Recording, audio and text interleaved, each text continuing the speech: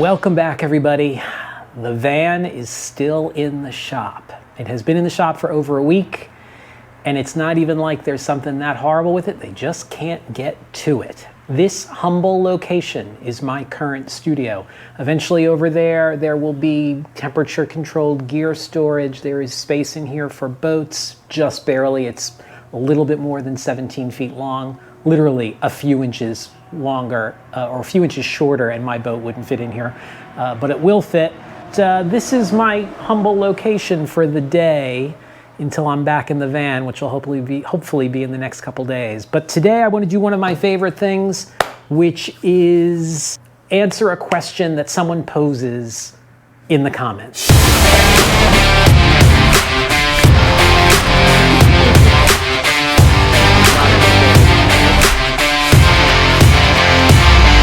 Leave a comment down below, and it's something I find super interesting, or I think will serve a lot of people like this one does.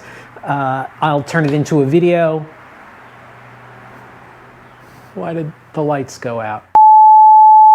If it's something I think is super interesting, I'll turn it into a video. I'm chuckling because my power just went out and came back on a minute later. So such is life on land without a van. If I was in the van and the power went out, I wouldn't know, I wouldn't care, because the van has its own power. The thing that I want to talk about is paddle clothing. As you're watching this as a new video, it is the first week in September, which means depending on where you are, it is almost time to start dressing for the water temperature as opposed to the air temperature. During the summer, it's nice, it's easy. You put on a bathing suit, you put on like a long sleeve sun protective shirt like this, and you go paddling, put on a hat, put on some sunscreen. It's super easy.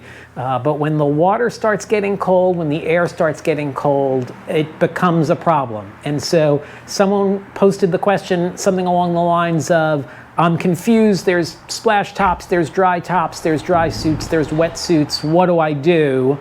And so I'm gonna sort of go through the options real quick, and then I'm gonna say, I don't follow the normal progression because I'm an oddball, I'm a freakazoid.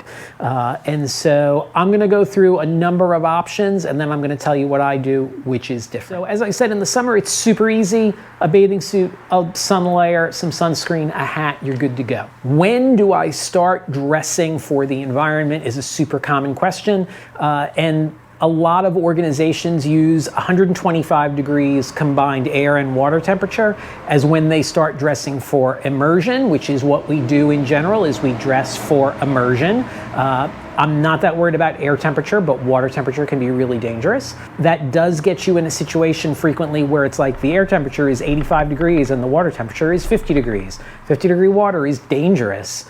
But how do you dress for that when it's 80 degrees out? It's tough, admittedly. And there have been days where I've paddled in a dry suit and it's ridiculously warm, but it's the right thing to do. And so you have to sort of take into account where am I and location and how easy it is to get off the water, things like that. Hey, if you're enjoying this content, do me a favor, hit like, hit subscribe. My books are available on Amazon. You can buy me a coffee on Coffee. You can also get stickers and gear lists and float plans and stuff like that on Coffee. All that info is down below. Thanks. Option one for a lot of people is a wetsuit. A wetsuit in varying thicknesses of rubber, of neoprene rubber. Works pretty well. It adds a fair amount of insulation. It adds a little bit of buoyancy if it's thicker. And it's inexpensive, and it's an easy way for a lot of people to go.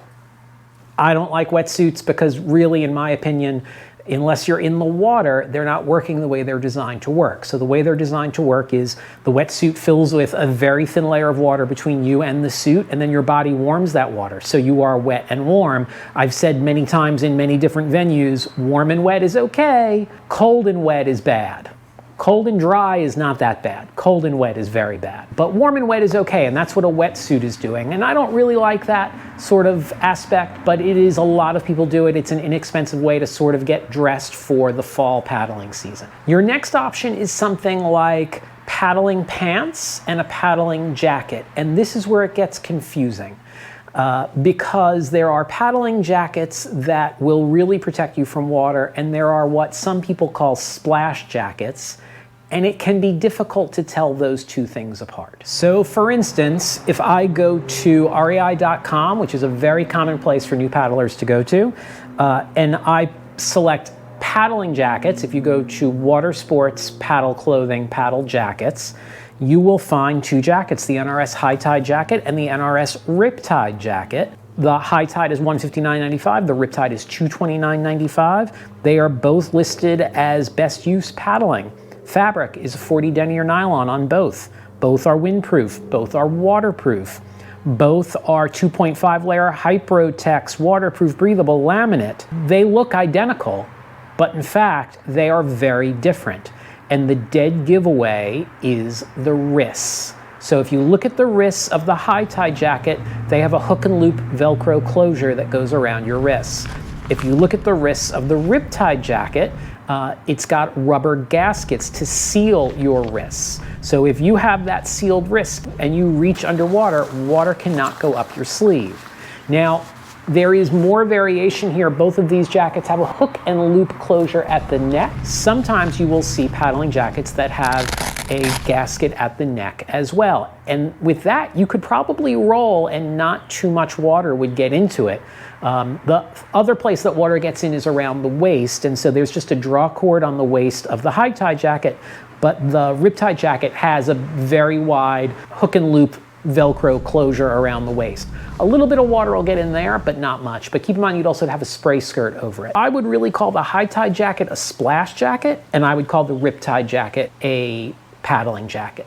That can be very confusing for a lot of people, and you'll see the exact same sort of separation with paddling pants. Some of them will be what I would call splash pants without gaskets at the ankles. Some of them are paddling pants with a rubber gasket at the ankles.